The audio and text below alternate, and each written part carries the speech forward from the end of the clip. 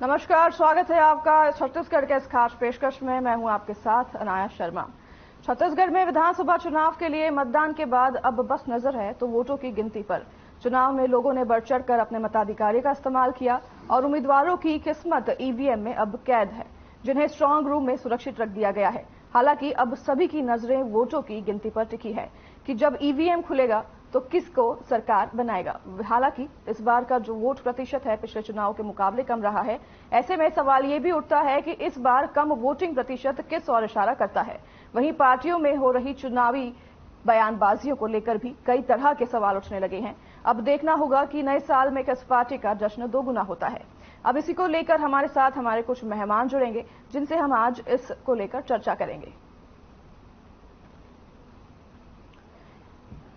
आपको बता दें कि 2 चरणों में चुनाव हुए हैं छत्तीसगढ़ में इस बार। हालांकि पहले चरण में जो है चुनाव दूसरे चरण के मुकाबले ज्यादा प्रतिशत हुए हैं।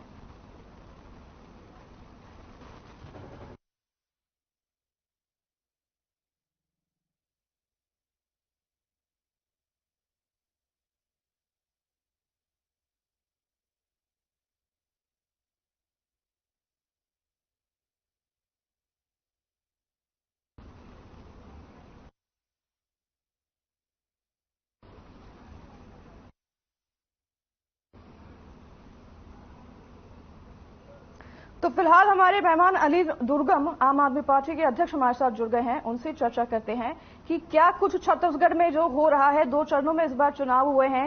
पहले चरण में चुनाव हालांकि ज्यादा प्रतिशत हुए हैं दूसरे चरण से, लेकिन 2018 के मुकाबले इस साल चुनाव कम हुए हैं। अनिल जी, आप हमें सुन पा रहे हैं? जी, मैं सुन पा रहा हूं। आपका बहुत बहुत धन्यवाद। जी नमस्कार। अनिल जी, इस बार 2018 के मुकाबले जो है चुनाव प्रतिशत कम है, मतदाताओं ने कम आकर चुनाव दिया है। इसके क्या कारण हो सकते हैं? सबसे पहले तो हमारे जो मैं आम आदमी पार्टी जिलाध्यक्ष बीजापुर से हूं। जो हमारा जो क्षेत्र है वो क्षेत्र संवेदनशील क्षेत्र है।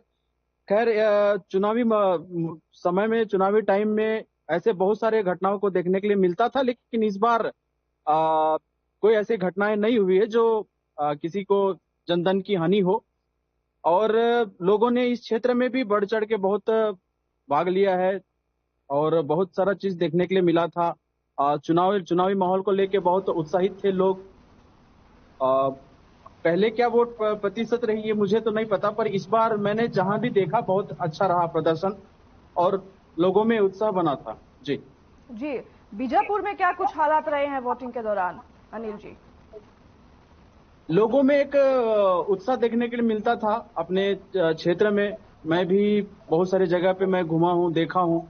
और मैं भी जब मेरे भी पोलिंग बूथ पे मैं गया था तो बहुत खुशी की लहर देखने के मिली थी। जी,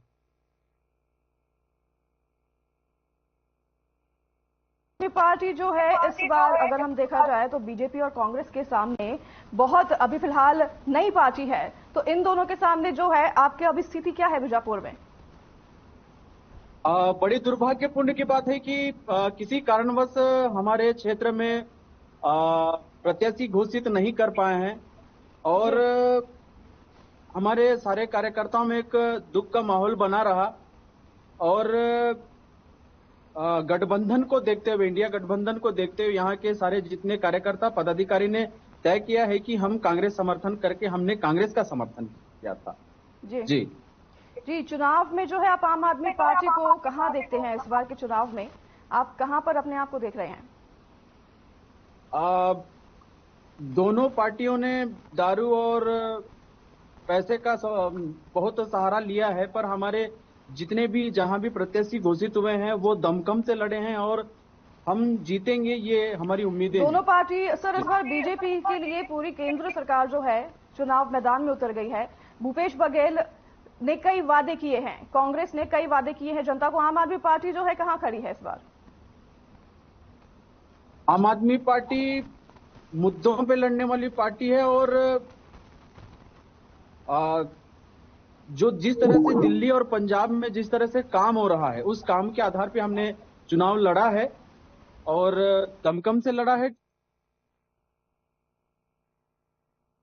जी जी जी, दमकम से लड़ा है, आपकी बात हम मान रहे हैं, लेकिन आम आदमी पार्टी इस बार नजर नहीं आई है छत्तीसगढ़ में सर। चाहे फिर वो रैलियों की बात हो, रोड शो की बात हो, जन संवाद की बात हो, आम आदमी पार्टी इस बार पीछे दिखी है बहुत छत्तीसगढ़ चुनाव में। जी, आप सही कह रहे हैं, पर अंतिम चुनावी मूवमेंट में हमारे कुछ परेशानियां आ गई, जो यहाँ पे रोड शो नहीं कर पाए हैं। हमारे राष्ट्रीय संयोजक माननीय अरविंद केजरीवाल जी के ऊपर भी बहुत सारे आरोप लगे हैं।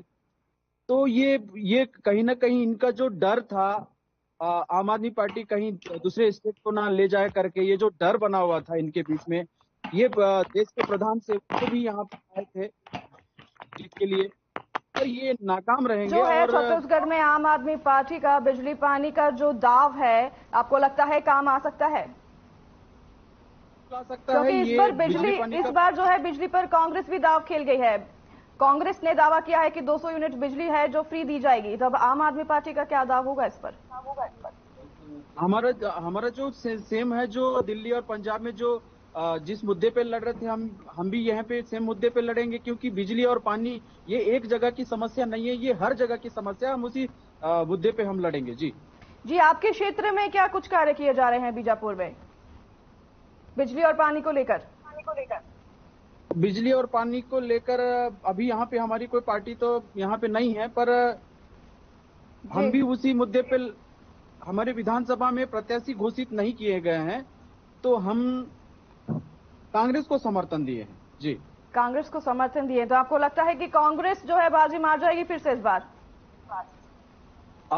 देखिए, जो जिस तरह से यहाँ पे माहौल बनी हुई थी, जी 5 साल, 15 साल बनाम 5 साल, जी 2.5 साल तो कोरोना में, 2.5 साल तो कोरोना में निकल गए हैं।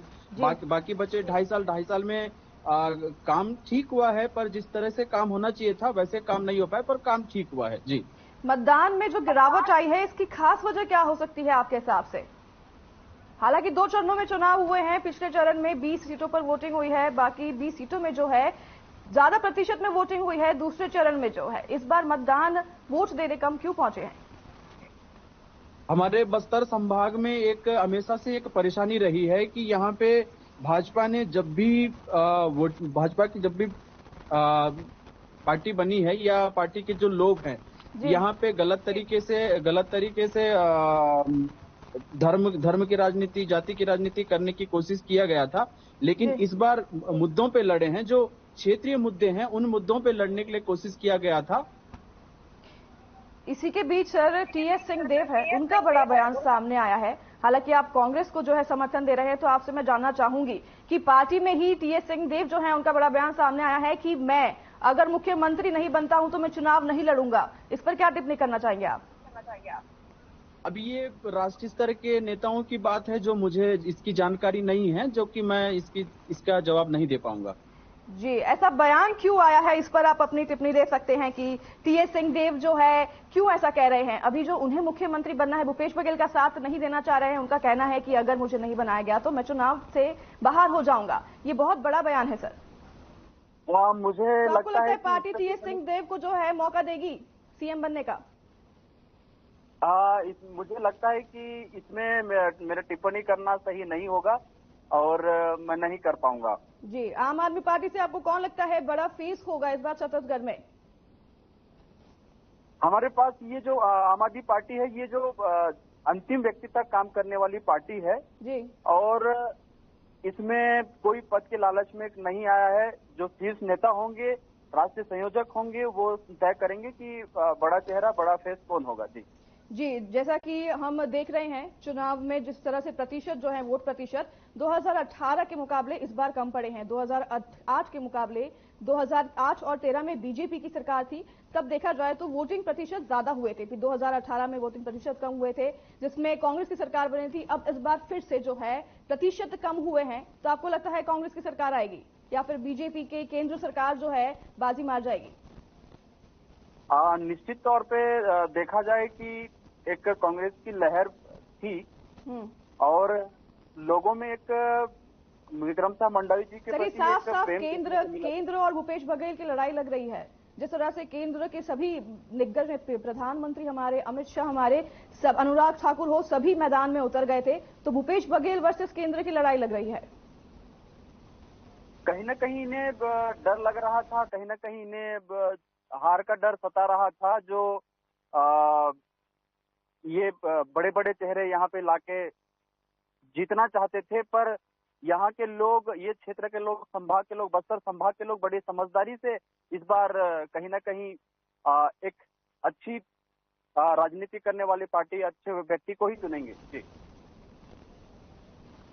इसी के साथ हमारे साथ सलमान चंद्रगिरी जो बस्तर संभाग से ब्यूरो हेड हैं वो जुड़ेंगे। उन्हीं के साथ हमारे साथ मौजूद रहेंगे रवि गांधरला जो कि अध्यक्ष हैं बस्तर संभाग से सूर्य प्रकाश संस्थान के।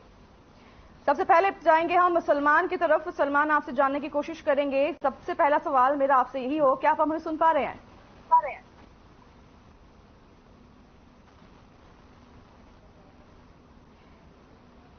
फिर से लौटेंगे सलमान के पास। सलमान, क्या आप हमें सुन पा रहे हैं?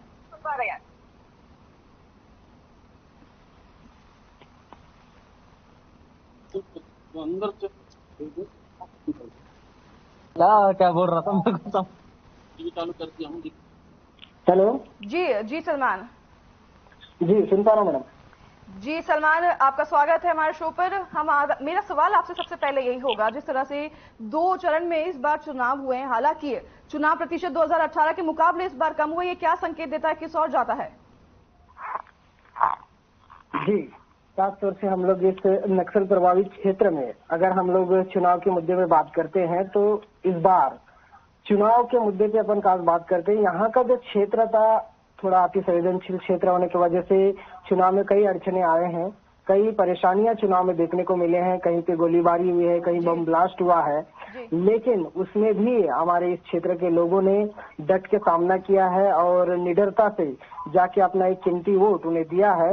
उसे ये समझ में आ रहा है कि इस बार एक तरफा शासन नहीं चलेगी और इस बार का यहाँ बीजापुर का खास हाल देखते हैं। बीजापुर हो चाहे अपन इन 12 विधानसभाओं में देखते हैं कि कई जगहों पे शांतिपूर्वक वोटिंग हुआ है, लेकिन इस बार एक तरफा यानी कि कई तरीके से देखा जाए तो कई जगह पर लोग अपना बदलाव चाहते हैं। कहीं ना कहीं से लोग हताश हो गए हैं और कहीं ना कहीं भ्रष्टाचार के मामले सामने उठते जा रहे हैं। उसमें देखते हुए ये लगता है कि कहीं ना कहीं इस बार बदलाव तय है।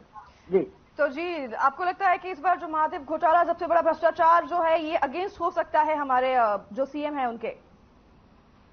जी जी जी, इस बार बहुत बड़ा झटका मिलने वाला है, शायद मेरे ख्याल से ऐसा लगता है, क्योंकि लोगों से जब अपन रूबरू होते हैं, उनसे मिलते हैं, तो उन लोगों का यही कहना है कि इस बार बदलाव तय है बहुत से मामले पर। और खासतौर से हमारे बीजापुर जिले में अपन देखते हैं तो इसी शासनकाल में सबसे ज्यादा हड़ताल यहाँ पे बैठा गया है, यहीं पे आंदोलन में बैठे थे लोग। और इसको देखते हुए लोगों में एक आक्रोशपन छाया हुआ है कि कहीं ना कहीं सरकार को देखते हुए बड़ी मुद्दे सामने आ रहे हैं कि इस बार कोई भी शासनकाल में हमारी कोई मांगों को पूरी नहीं किया गया है, ऐसा लोगों का मानना है और कहना भी है। जी, मैं चाहूंगी आपसे कि आप रवि जी की और अपना माइक बढ़ाएं, उनसे सवाल करने की कोशिश करते हैं, उनसे चर्चा करते हैं। जी रवि जी, जो घोषणा पत्र है चुनाव पर, हर चुनाव पर ये जो है जारी किए जाते हैं हर पार्टियों के द्वारा, लेकिन इस बार कांग्रेस का चुनाव पत्र ले लीजिए या बीजेपी का चुनाव पत्र ले लीजिए, दोनों में कुछ खासा अंतर नहीं है। इसमें आपको क्या लगता है कि कौन सी पार्टी जो है अपने घोषणा पत्र के बल पर चुनाव जीत सकती है या फिर अपना जो चुनाव मैदान है खो सकती है? जी देखिए, हम यदि लें पिछले 15 साल की सरकार को या फिर अभी जो रूलिंग थी कांग्रेस पार्टी की सरकार, इन दोनों में होड़ मची हुई है। एक तरीके से देखा जाए तो बीजेपी ने जो घोषणा पत्र जारी किया है उसके बाद फिर कांग्रेस पार्टी की घोषणा पत्र जारी हुई है। पब्लिक को लुभावने के तरीके से घोषणा पत्र कहीं ना कहीं जो है ना इसको लॉन्च किया गया है। दोनों में ज्यादा कोई फर्क नहीं है। समर्थन मूल्य को देखें या फिर महिला प्रतिमा महिलाओं को राशि देने की बात की जाए या फिर गैस सिलेंडर को लेकर बात की जाए, कुल मिलाकर विकास को लेकर ये चीज ये प्रतिक्रिया लोगों में देखने को मिल रही है। और ऐसा लग रहा है कि कहीं ना कहीं विकास को आगे रखकर पब्लिक के साथ या अपने यहाँ छत्तीसगढ़ की जो जनता है उनके साथ कुछ ना कुछ जो है ना ऊपर नीचे की बात तो हो ही रही है। और रही बात ये देखा जा रहा है कांग्रेस शासन में कि कई ऐसे वादे थे जो पूरा नहीं कर पाए। धान समर्थन मूल्य अगर देखा जाए तो कांग्रेस पार्टी के द्वारा 2500 रुपया की बात किए थे कांग्रेस पार्टी की ओर से। हालांकि कांग्रेस पार्टी का साफ कहना है कि हमें केंद्र से जो है सहयोग नहीं मिलता है, हमारी योजनाएं जो है वह केंद्र हम तक सहयोग नहीं दे पाती, इसलिए सारी योजनाएं जो है हम खुद ही चला पाते हैं, इस वजह से जो है हमारी योजनाओं में जो है कमी देखी गई है। कांग्रेस पार्टी का साफ कहना है। जी, कांग्रेस पार्टी सबसे पहले तो ये बात है मैडम कि कांग्रेस पार्टी का जो ये पिछला चुनाव था 2018 का जो चुनाव था उसमें कांग्रेस पार्टी ने सबसे पहले तो कर्ज माफी का दावा किया था। कर्ज माफी के बाद जो समर्थन मूल्य 2500 रुपया केंद्र सरकार से उनको मिलना चाहिए, ऐसा जो इन्होंने दावा किया था, देखिए कहीं ना कहीं जो है ना केंद्र में बीजेपी की सरकार है और राज्य में कांग्रेस की शासन है, तो इन दोनों में होड़ मची हुई है कि पब्लिक को लेकर शासन चलाने और ना चलाने से। जी, कांग्रेस ने इस बार बहुत कुछ जो है वादे किए हैं जनता से। कांग्रेस ने कहा है कि केजी टू पीजी जो है वो फ्री दिया जाएगा, 200 यूनिट बिजली फ्री दी जाएगी। खासकर उन्होंने इस बार जो है फोकस किया है महिलाओं पर। ये कोई नई बात देखी गई है कांग्रेस की तरफ से? क्या ये बीजेपी की जो एजेंडे है उनको कॉपी कर रही है या फिर वो बीजेपी के जो पैतरे हैं उसे आजमाने की कोशिश कर रही है? महिलाओं को फोकस करना, क्योंकि महिलाएं जो है वो बहुत ज्यादा प्रतिशत में वोट देने पहुंची है। जी, कहीं ना कहीं ये वोट परसेंटेज बढ़ाने का या फिर वोटर को अपने दायरे में खींचने का, अपनी ओर आकर्षित करने का एक फॉर्मूला है, जहां तक मुझे ऐसा लगता है। जी। अब कांग्रेस पार्टी का भी देखो या फिर बीजेपी का भी देखो, कहीं ना कहीं ऐसे वादे रहते हैं कि जो फर्स्ट में जैसे घोषणा पत्र जारी होता है उसके तुरंत बाद इसको लागू नहीं करते हैं। जैसे जैसे चुनावी माहौल जैसे जैसे नजदीक आते जाते हैं तब ये लोग घोषणा पत्र की ओर अच्छे से जो है ना मूल्यांकन कर उसको एक ग्राउंड जीरो तक पहुंचाने की कोशिश की जाती है इन दोनों पार्टियों के द्वारा। लेकिन इस बार मुझे ऐसा प्रतीत नहीं होता कि यहाँ की पब्लिक, छत्तीसगढ़ की जो जनता है इन लुभावनों में आएंगे। इसी वजह से आंदरूनिक क्षेत्र दंतेवाड़ा हो गया, बीजापुर हो गया, सुकमा हो गया, नारायणपुर हो गया, नक्सलिज्म क्षेत्र होते हुए भी, दहशत का माहौल रहते हुए भी लोग घरों से निकलकर एक बदलाव को चाहते हुए यहाँ जो है ना वोटिंग हुआ है। और पब्लिक कहीं ना कहीं जो अच्छा काम करेगी, जो भी सरकार हो, चाहे कांग्रेस की हो, चाहे बीजेपी की हो, चाहे बसपा की हो या फिर जोगी कांग्रेस की हो, किसी की भी सरकार बने, लेकिन ये लोगों के हित में और लोगों को जो विकास के लिए हद से बढ़कर काम करे, ये यहाँ की पब्लिक की प्रतिक्रिया रही है इस बार। जी, अगर बात की जाए सर चुनावी मैदान में सीएम पद के फेस के लिए, तो बीजेपी जो है इस पर जो है डगमगाती दिखाई दी है। बीजेपी ने कोई भी अपना सीएम फेस जो है घोषणा नहीं किया है, इसका ऐलान नहीं किया है, ना ही किसी दावेदार को बताया कि ये सीएम फेस हो सकता है बीजेपी का। इसकी क्या वजह रह सकती है आपके हिसाब से? जी, कहीं ना कहीं छत्तीसगढ़ की आम जनता को ये भरोसा मन में है कि पूर्व सीएम माननीय रमन सिंह जी थे, इस बार भी उन्हीं का ही चेहरा सामने आ सकता है, सीएम के रूप में बतौर सीएम आ सकते हैं, ऐसा लोगों के मन में है। अब पार्टी की विचारधारा क्या है कि इस बार सीएम चेहरे को चेंज करेंगे या नहीं करेंगे, लेकिन पब्लिक के बीच में एक माहौल बना हुआ है कि इस बार भी छत्तीसगढ़ में जैसे बोला जाता, चाउर बाबा के नाम से जाने जाते थे डॉक्टर रमन सिंह जी। तो कहीं ना कहीं बीजेपी को अगर हम लोग उस नजरिए से देखें तो कहीं ना कहीं उन्हीं का चेहरा जो है ना सामने झलकता है पब्लिक के बीच में। जी। अब कांग्रेस की बात करें इस बार तो बीच में मनमुटाव दिख रहा है। टीएस सिंहदेव कह रहे हैं अगर मुझे मुख्यमंत्री दावेदार नहीं बनाया जाता है, मुझे मुख्यमंत्री नहीं बनाया जाता है, दावेदार तो नहीं, मुख्यमंत्री नहीं बनाया जाता तो मैं चुनाव नहीं लड़ूंगा। इस पर आपकी क्या टिप्पणी है? देखिए, कांग्रेस पार्टी एक तो 15 सालों में पहली बार सरकार बनाई, जोड़ तोड़ में जैसे, लेकिन भारी बहुमत से बनाई सर। जी, भारी बहुमत से। मेन एक्चुअल में क्या है कि एक लहर रही थी 2018 के चुनाव में, लहर रही थी कि इस बार किसी भी हाल में बदलाव होना है, तो छत्तीसगढ़ की जनता ने ये कर दिखाया है।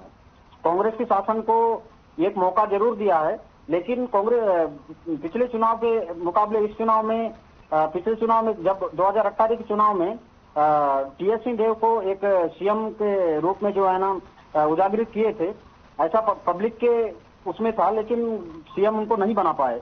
फिर चले गया भूपेश बघेल जी के खाते में और उन्होंने सीएम के पद को जो है ना पदभार संभाला।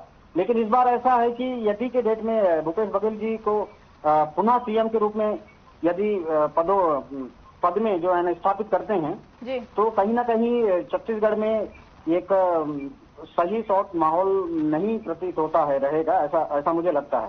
पर सर, अगर बीजेपी स्ट्रांग होती तो उन्हें केंद्र जो है उन्हें उतरने की जरूरत नहीं होती। इस बार भूपेश बघेल वर्सेस केंद्र साफ साफ दिखाई दिया है। केंद्र ने भूपेश बघेल को हर तरफ से कॉर्नर करने की कोशिश की है। हालांकि भूपेश बघेल इतने स्ट्रांग दावेदार बनकर सामने आए हैं कि केंद्र को उनके लिए आज मैदान में उतरना पड़ा है चुनाव दौर में।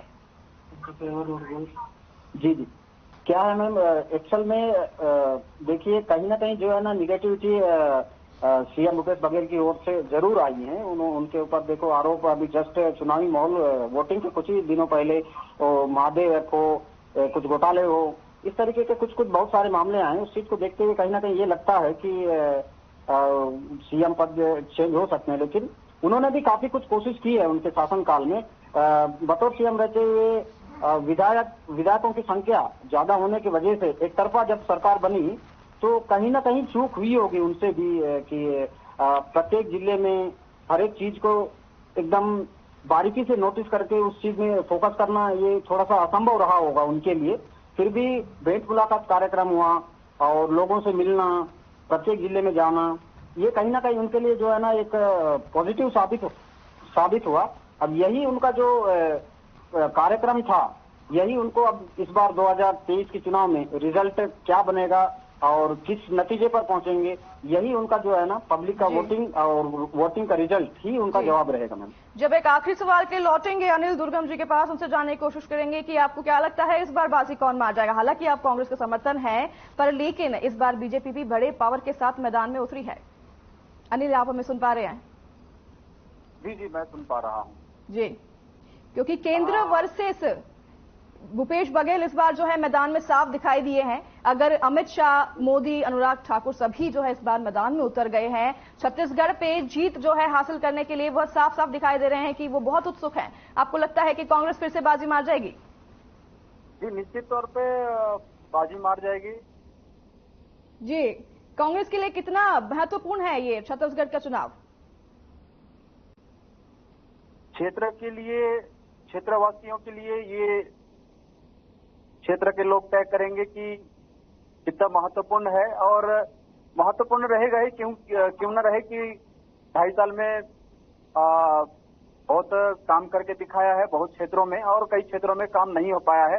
और संभाग हर टाइम की तरह नक्सल प्रभावित क्षेत्र रहा है, फिर भी हमारे क्षेत्रीय विधायक आदरणीय विक्रम साह मंडावी जी भी जिस क्षेत्रों में पहुंचे हैं, जिस क्षेत्रों को देखा जाए तो अंदर क्षेत्रों में भी पहुंचे हैं और बहुत उत्साह के साथ है लोग। भूपेश सरकार पुनः लाना चाहते हैं, रिपीट करना चाहते हैं। जी, तो आपको साफ तौर पर लगता है कि भूपेश सरकार रिपीट करेगी अब छत्तीसगढ़ में। चलिए, आज की इस चर्चा में हमारे साथ बस इतना ही। आप सभी का बहुत बहुत धन्यवाद। फिर से मिलेंगे आपसे इसी जगह इसी वक्त। मैं अनाया शर्मा आपसे लूंगी विदा। मुझे दीजिए इजाजत। नमस्कार।